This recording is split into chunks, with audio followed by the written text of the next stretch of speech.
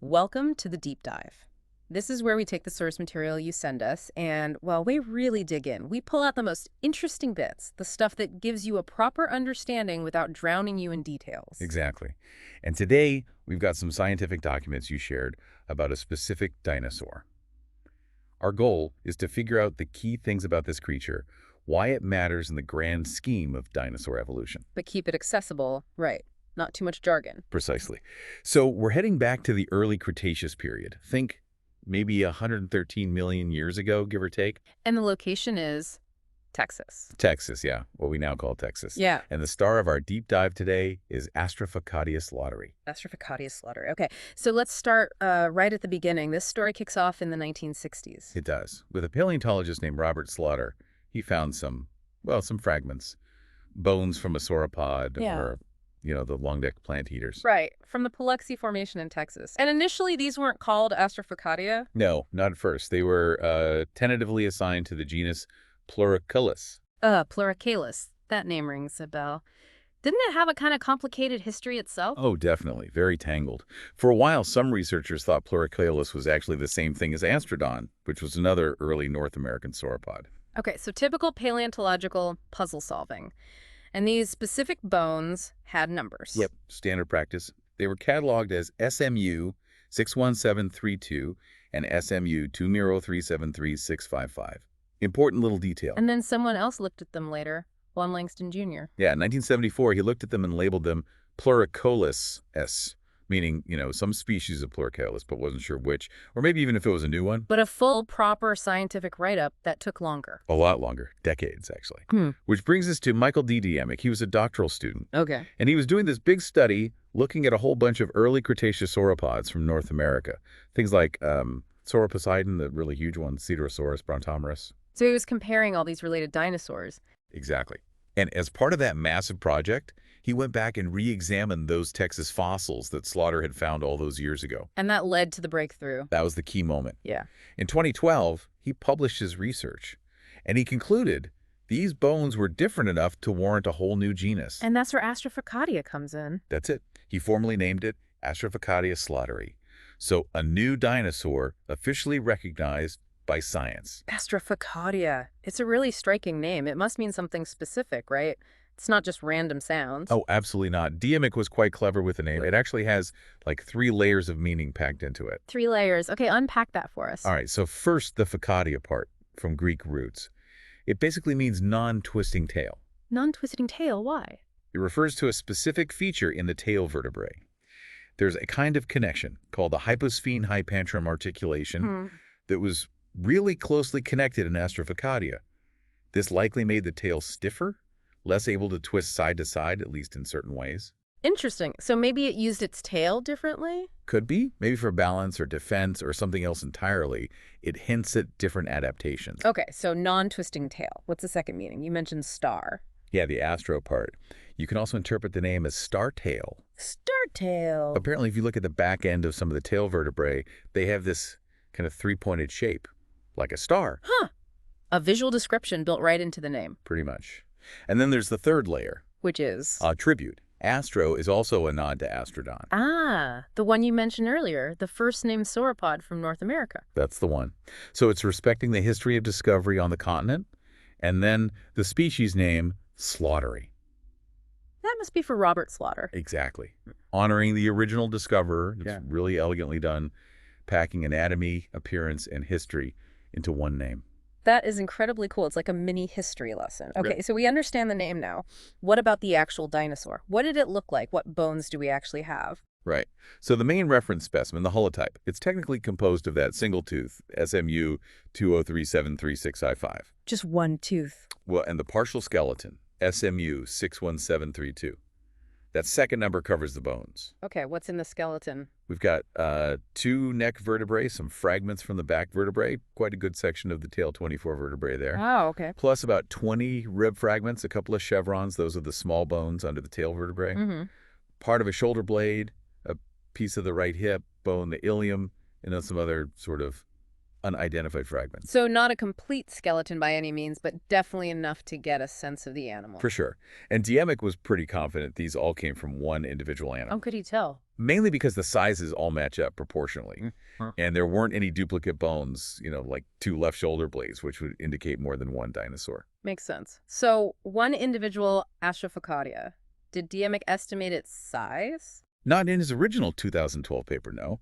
But some later researchers, Melina Perez and Laramendi, they tackled that. How big was it? Their estimate puts it at around 10.9 meters long. That's about 36 feet. Okay, like school bus, roughly. Yeah, roughly. And weight-wise, maybe around 2.85 metric tons. That's about 300 pounds. So a decent size, but maybe not one of the absolute giants? Right. Not as Sauropod-level supergiant, but definitely a substantial animal. Think like a couple of large cars in weight. Helps to picture it. Okay, so a bus-sized, multi-ton herbivore in early Cretaceous Texas. Now, what really made it unique? What are those defining features? The autapomorphies. Right, the audipomorph. These are the characteristics that say this is Astrophocaudia and nothing else. One of the key ones goes back to that tail structure we mentioned. The non-twisting bit. Well, specifically, the way those hyposphene hypantrum joints were oriented. They were planar flat relative to the other main connecting joints, the zygapophyses. Okay, that sounds technical. Let's break it down. Zygapophyses are the standard connectors on vertebrae. Yeah, pretty standard across many vertebrates. But sauropods often have this extra set of connections, the hyposphene hypantrum, for added stability. Like an extra locking mechanism. Kind of, yeah. And in Astrophocaudia, the orientation of that extra lock relative to the main ones was flat, planar. And that specific arrangement hadn't been seen in other sauropods. Got it. A subtle but distinct structural detail. What else? Another one involves bony ridges, or laminae, on the vertebrae. There's a specific lamina, a ridge of bone, on the front of the neural arch, that's the bony arch over the spinal cord. And this ridge contacts another specific ridge located between and in front of those main zygapophysis connectors. So like extra struts or supports connecting in a unique way. That's a good way to think about it. This particular connection pattern is another defining feature, an autapomorphy of Astrophocaudia. Really specific architectural details. Did its tailbones look different in other ways compared to its contemporaries, like Cedarosaurus or Sauropodon? Yes, definitely.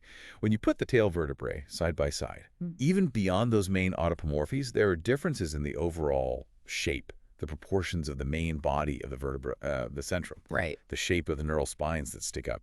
They just look subtly different from Cedarosaurus, Venenosaurus, Sauroposeidon, Sonorosaurus, the other sauropods known from roughly the same time and place. Okay. Any other unique bits? There's one more mentioned, the hip bone, the ilium. It has a part that projects forward called the pre-acetabular process.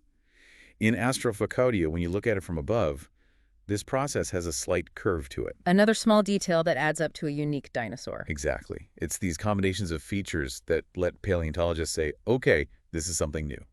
So with all these unique features identified, where does Astrophocaudia actually fit in the grand sauropod family tree?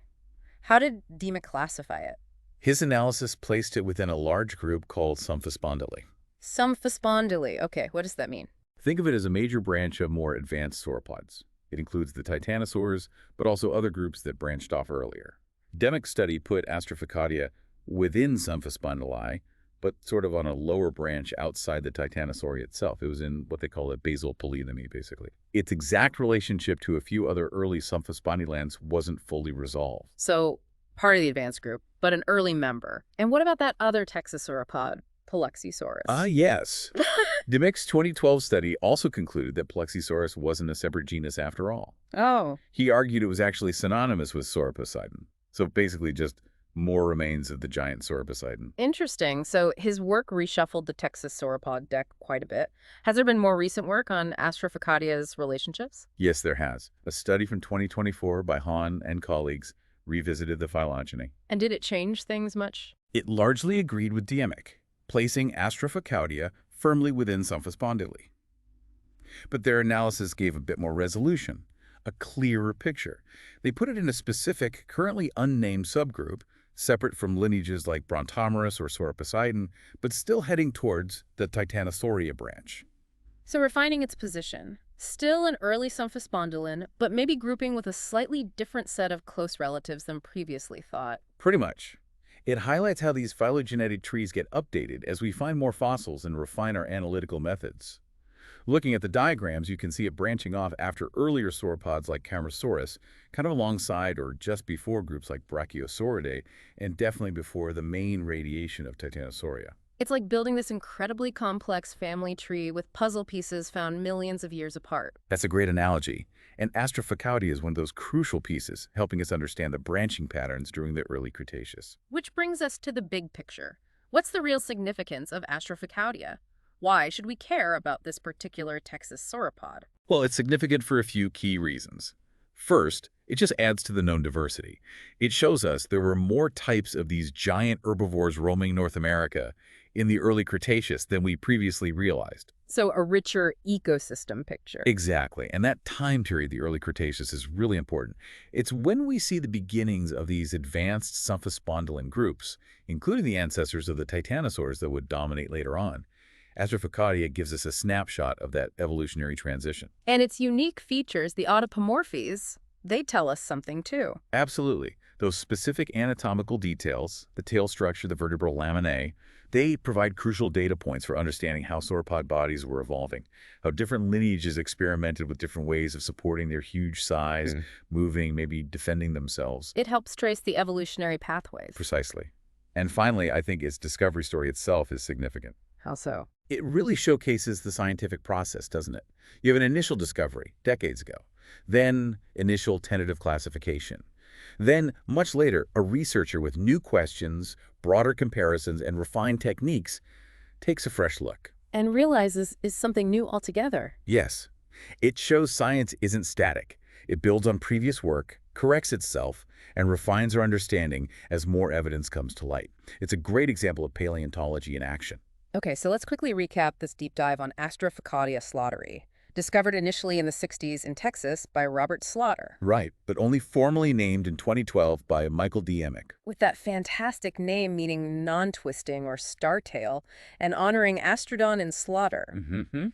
Defined by unique features in its vertebrae, particularly those hyposphene hypantrum joints and specific bony laminae. Estimated around 36 feet long, maybe 6,300 pounds. And classification-wise, it's an early member of the Symphospondyli, that group of advanced sauropods, giving us insights into sauropod diversity just before the titanosaurs really took off. It definitely gives a much deeper picture than you'd get from just a headline.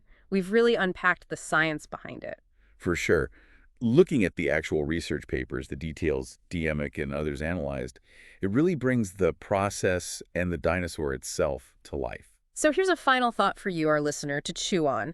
We talked about that unique, non-twisting tail structure in Astrophocaudia, and its specific spot on the evolutionary tree, kind of an early advanced sauropod. Yeah. What might that unique tail tell us about how it lived, its specific adaptations? Was it about stability in its particular Texas environment back then? Maybe defense? How can one seemingly small anatomical detail like that potentially unlock bigger questions about the life of this dinosaur? It makes you think, doesn't it? How every fossil fragment holds clues, waiting for us to look closely enough. A perfect place to leave it. It really shows how much there is still to discover, even from bones found decades ago.